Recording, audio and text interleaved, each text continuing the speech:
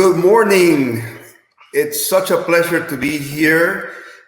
I want to thank Claudia, Steve, Michelle, and the entire World Human team for the invitation. I'm delighted to be joined by two admired colleagues. First, Rishad Tobaccowala and Rodrigo Fernández del Castillo. Two people that I really admire, and we're here to talk about a creative perspective on diversity, equity, and inclusion, and multicultural marketing. Rishad, if you don't mind, why don't you introduce yourself and tell us a little bit about your background? Sure, absolutely. Thank you again for having me. I'm Rishad Tobaccowala. I am an author of a book called Restoring the Soul of Business, Staying Human in the Age of Data. I am also a speaker and teacher, as well as an advisor. One of the companies I advise is the Publicis Groupe, where I spent my 38-year career, most recently being on the board, as well as being its chief strategist and chief growth officer. Great. Thank you so much. And thank you for joining us. It's really a pleasure. Rodrigo Fernández, in full disclosure, my client, my friend, and my colleague. Welcome, Rodrigo. Thank you, Luis Miguel. Very happy to be here among these two industry icons. Again, Rodrigo Fernández del Castillo. I lead Hispanic consumer insights at PepsiCo Beverage North America. My role here is really to inform and inspire all communications and Hispanic initiatives, as well as the brands across the board. Just in terms of career, before PepsiCo, I spent a good amount of time working on consumer insights international, primarily Latin America, and then for the last about 11 years or so, fully concentrated on the U.S. Hispanic market. Great. And just to complement, I'm Luis Miguel Messianu. I'm the founder, creative chairman, and CEO of Alma here in Miami. And, I'm very keen on the two themes that we're going to touch upon: diversity, equity, and inclusion, and of course, multicultural marketing. The last few months, the conversation about diversity, equity, and inclusion has become the flavor of the month in corporate America. And of course, this is great news. The not so great news is that for some corporations, DE&I might be implemented in lieu of multicultural marketing programs, at least from a resource allocation perspective. Let me say that both concepts are equally important, and they might even be related, but the risk of treating them as the same may end up damaging a brand's bottom line. Today, more than ever, a committed DE&I program is a must for corporations to build an organization that better reflects the society and the marketplace. Diversity helps bring the right representation. Equity is the recognition of everyone's value in their difference. And inclusion is a must in order to have these voices heard at the decision-making level. Actually, one of the most compelling arguments for diversity, equity, and inclusion from a business standpoint is innovation. Just as biological diversity leads to evolution, in fact, it's key to ensuring the future of humanity, diverse perspectives in the workplace lead to business innovation. Diversity is good business, and clients reap the benefits of the rich currency of insights and freshness. And interesting ideas come from interesting people. It's as simple and complex as that. As someone that has recently written about this topic with deep insight and a fresh perspective, I'm really delighted to have Rishad. And in a recent blog, he wrote the following, and I quote, "Diversity is critical. Human life endures and evolves due to the intertwining of different gene pools. Innovation happens with fresh, insightful connections between cultures, expertise, and backgrounds." Rishad, as someone who has spent many years in the communication business and in your current role as a consultant, frequent speaker, and writer, and also a professor, can you tell us about the value and benefits of diversity, equity, and inclusion? Absolutely. So building on what you have said, which I completely agree with, and the quote that you basically read, uh, diversity has three things that are extremely critical. The first is it is the right thing to do. And today, in a world where companies rightfully talk about purpose and values and meaning, if you do not have a diverse, inclusive, and equal or equality driven workforce, then every purpose and mission and vision statement that you speak makes no sense at all. Which is, if you cannot look after your own company's employees and your own company's collaborators, suppliers, then in effect, you are just using empty words. That's number one. Number two is it is intensely good for innovation in three ways. It is good for innovation because when you have people from different cultures and perspectives working together, you get fresh, insightful ideas. Second, it's very good for innovation in that you begin to understand the marketplace because the marketplace outside, including in the United States, is increasingly diverse. As I remind people, sometime in the next year, the United States will become Caucasian minority, or rather what I like to call truly multi-ethnic under 21 years of age. So in effect, you're sort of reflecting that. But third, if those two weren't important enough, which is it's the right thing to do for purpose and values, and it's great for innovation, understanding the market, it is amazing for business, which is it basically companies that invest in these not only do better in the marketplace, not only do better attracting talent, but their stock price goes up if that's one way of metrics. So I truly believe that companies who are not inclusive, who do not look out both from a multicultural and DEI perspective, are businesses that are slowly strangling themselves. That's awesome, Rishad. You make very compelling arguments, and I wholeheartedly agree. And I take this opportunity to thank you for everything you're doing for the industry. We have heard you at different conferences, and I'm a fan and a constant reader of your blog, which, by the way, it gets published every Sunday, and it's free. I'm sure Rishad will remind us where to go. But I love your perspective, and I think you really bring a lot to the party. I have an important caveat to make. Diversity, equity, and inclusion is definitely not the same as multicultural marketing. An effective DEI program can serve as a springboard for an inclusive approach across all stakeholders, including not only employees, but also suppliers, retailers, and consumers. And precisely because retailers and consumers should be engaged in this effort, the multicultural marketing discipline and its specialized expertise is required. DEI efforts are not truly complete without a multicultural marketing strategy, and multicultural marketing strategies may be incomplete and ineffective if developed without people who understand and engage with the new demographic and psychographic paradigm of America, especially as 2020, in more ways than one, will be a turning point for our nation. And Rishad referred to how this country will become a minority majority as early as next year.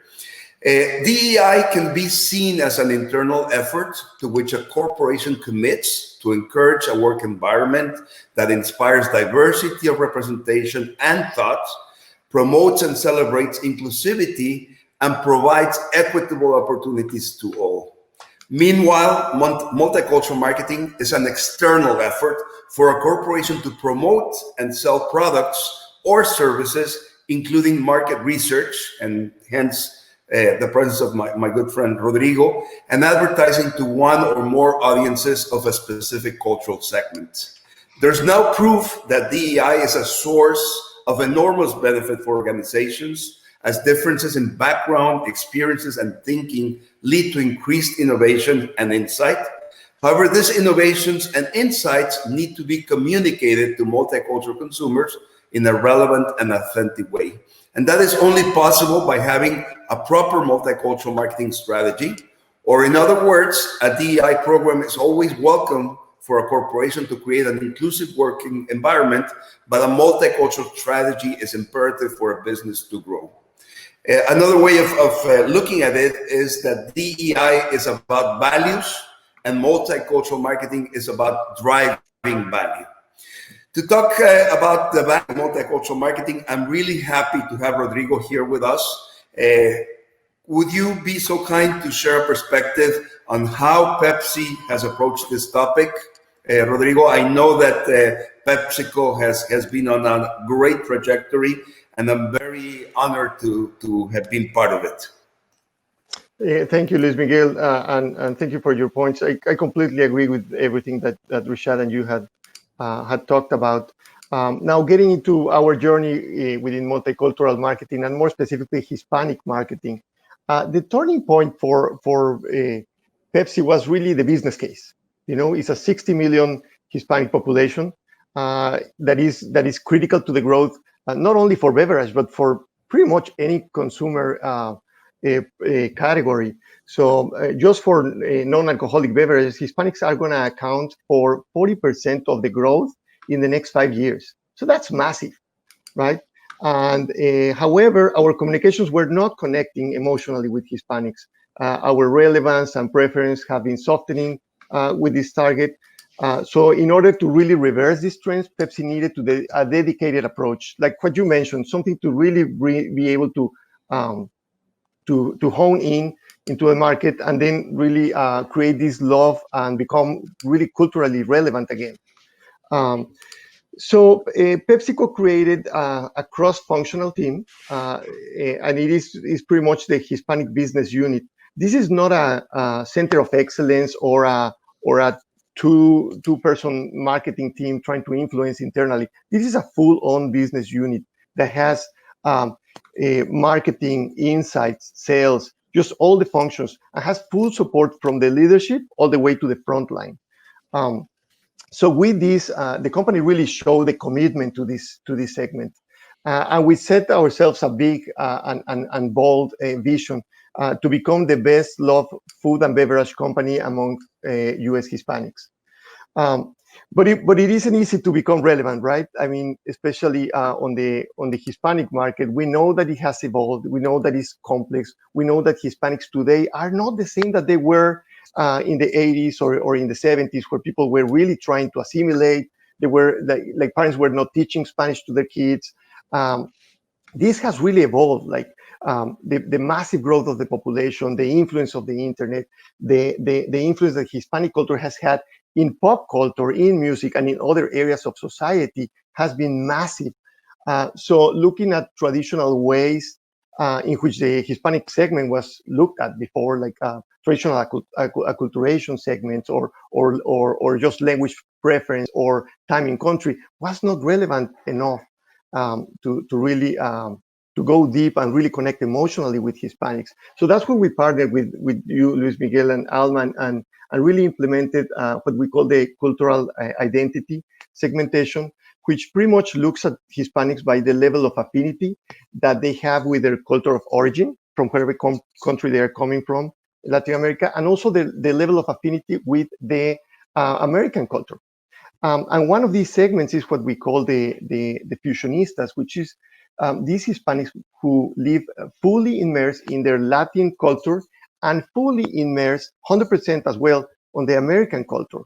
So they are 100% Latin Americans, 100% Americans. And because of this evolution that I just mentioned, they are unapologetic about it. They really have the confidence to embrace who they are and their Latin identity. Another great aspect is that they really reflect the spirit of the Pepsi brand. They are those who are shaping culture, and again, they are unapologetic about it. So this is what we selected as our target for the Pepsi brand.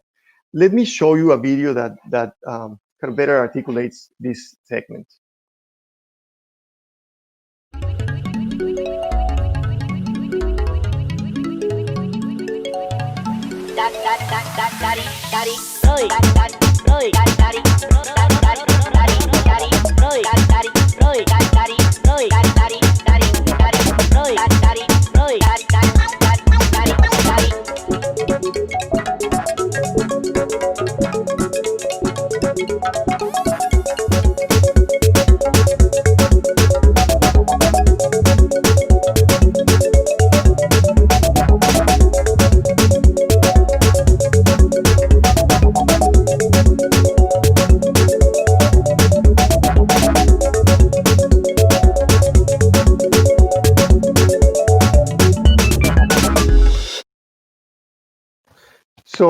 So as you can see, very interesting segment, and we use this target really to inspire all of the work that we've been doing with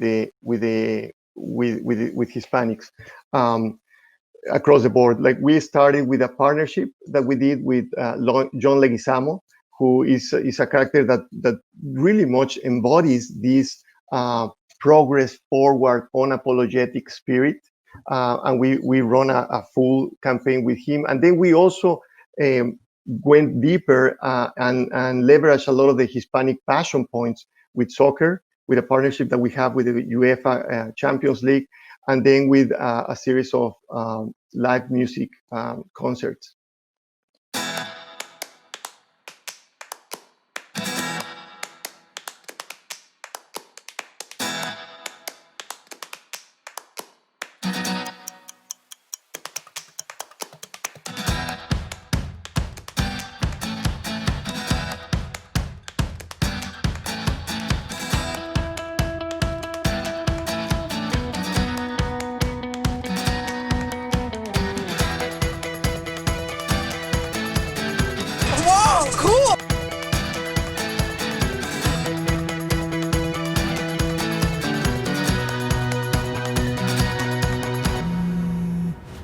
Yeah, John here. Te necesitamos en el teatro. Upa!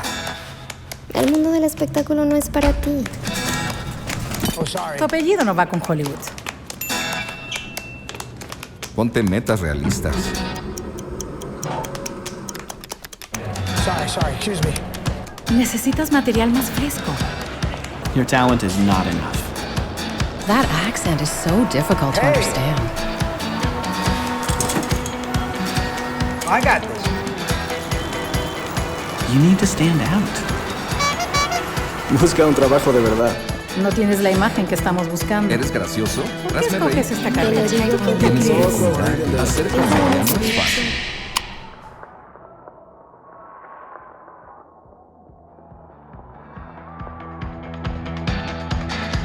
Presentamos. That's right, here we go, people, here we go. Leguizamo. Look how far we've come, huh?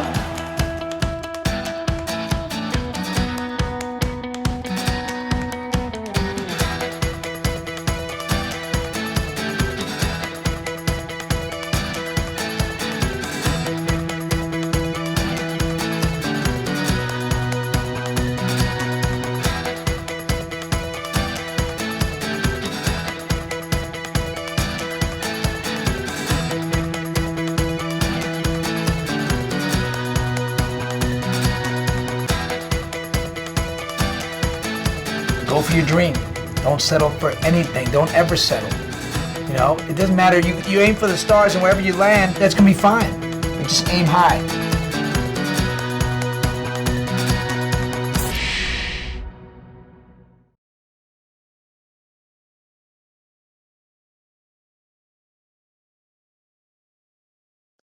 And the results have been very clear. I mean, we've seen how our brand affinity and relevance has gone up, and it also has resulted in positive sales as well.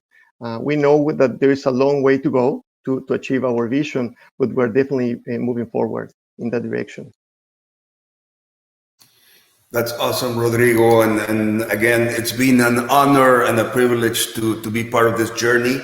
I can attest that the commitment starts very much at the top, and the entire brand team, starting with the CMO Greg Lyons, the brand director Todd Kaplan, JP Bittencourt, who's the main person on the brand, and then of course Rodrigo and Esperanza Teasdale, who heads up the HBU, and before that Marisa Solis. Everybody is really on the same page and pushing hard. And as Rodrigo says, the results are there. While we cannot, spill the beans and tell you the specific numbers, we can say that it's been several months, almost a year of continuous growth. And Pepsi, by recommitting to multicultural and specifically to the Hispanic market, is reaping the benefits and seeing the results. I think that both videos make the point. The first one in terms of who we're talking to, and then we're very proud of the John Leguizamo case study. It has won several recognitions, and we have done different things. More recently, we worked together on a very interesting effort, very relevant to this audience in terms of voter registration. It was called Unmute Your Voice, and Rodrigo was instrumental in making it happen. As I mentioned, we're currently researching the next generation of work, and the commitment is there, the results are there. And again, I think Pepsi is a great example of both things, DE&I, and you see it reflected on the business case and the business unit, but also a formal and very well thought out multicultural program. Rishad, let me get back to you. In your experience, who's doing it right? Are there any examples of companies or brands that are really committing to this and have become the gold standard? So the company that I believe that we should also pay a lot of attention to is Microsoft. And the reason basically is because Microsoft has understood that in order to do this, they need to combine everything from incentives. So they are basically changing the way that everybody gets compensated using diversity, inclusion, and equality as part of it. They are making sure that they use the heft of their spending to pressurize or to guide all their suppliers and outside vendors. They have made numerical commitments on the number of leaders that they will have, including on the board, within 5 years, that they will be measured against.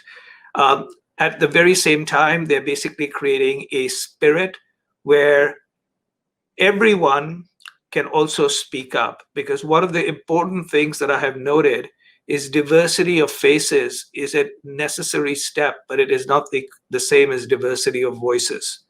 That you could potentially basically have people with the right mix and the right proportions of everything, but if their voice is not heard, if they don't feel comfortable speaking up and they're not listened to, then we haven't done enough.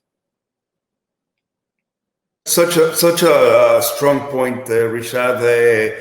I think the advertising industry is a good example. It's a little bit curious that being in charge of innovation, it took such a long time to our industry to catch up, and we're seeing it. The last few years, of course, 2020 is a turning point, but the last, I would say, 5 or 10 years. The whole industry has tried to become more diverse, and unfortunately, it has become kind of a check, one of each, but let's put them in the back room. And in many cases, they don't have a voice. And to your point, that's why I think we have evolved, and now we talk about the 3 components of diversity, equity, and inclusion. And it's important that it's not just the color of our skin or our faces. It's about the diversity of points of view. Yes. I think that is a very strong message to our audience.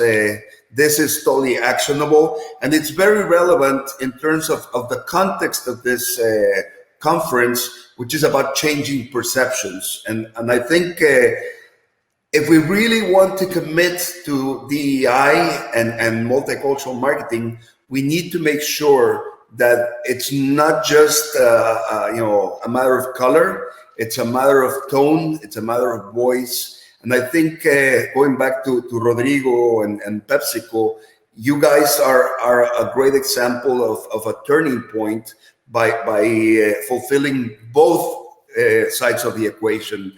I don't know, Rodrigo, if you have more ammunition to make these points. Sure. I mean, in terms of just going back to diversity and supporting the community, I mean, I'm very, very proud to say that PepsiCo has done a great commitment, a very bold commitment to support the community in people, businesses, and just the community itself. Not too long ago, a few weeks ago, our CEO, Ramon Laguarta, announced that he's going to invest over the next 5 years, 170 million to support the Hispanic community. Everything from people internally, again, businesses, Hispanic businesses, and then communities. So I think it's a great example of something that the company is doing. Very proud of that.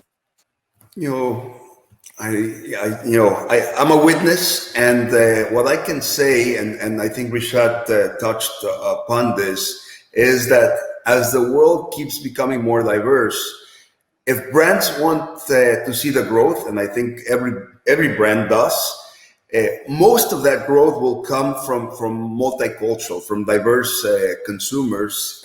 So in the words of Mark Pritchard from P&G, if you're not doing multicultural marketing, you're not doing marketing at all. I think you cannot say as a company or as a brand that you're fully committed if you don't have an understanding. And I agree with you, Rishad. I think Microsoft is a great example, PepsiCo, of course, but P&G has done a tremendous job of addressing, diversity, equity, and inclusion, and of course, as the largest advertiser in the world, it's a prime example of how to do it right. Absolutely. I don't know if you.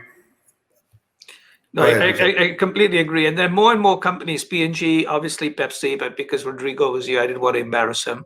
But there are Pepsi's a leader, P&G's a leader, Microsoft's a leader, and more companies are. And one of the key reasons is also this fact that under 21 years old, next year will become truly multicultural, which is a lot of the young people are putting pressure on senior people inside organizations, including boards.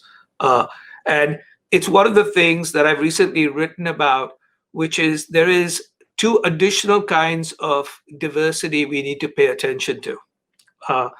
One is the diversity which of voices, which I've mentioned, but the other one is the diversity of ages. And the United States is in a very unusual place right now. It is because of a slowdown in immigration and immigrants not having as many kids as they had before, that for the first time, its population is starting to slow down its growth. It's not declining, but it's slowing down its growth. And if you look at many countries, Spain, Italy, Japan, or even China with its one-child policy, their populations are actually declining, right?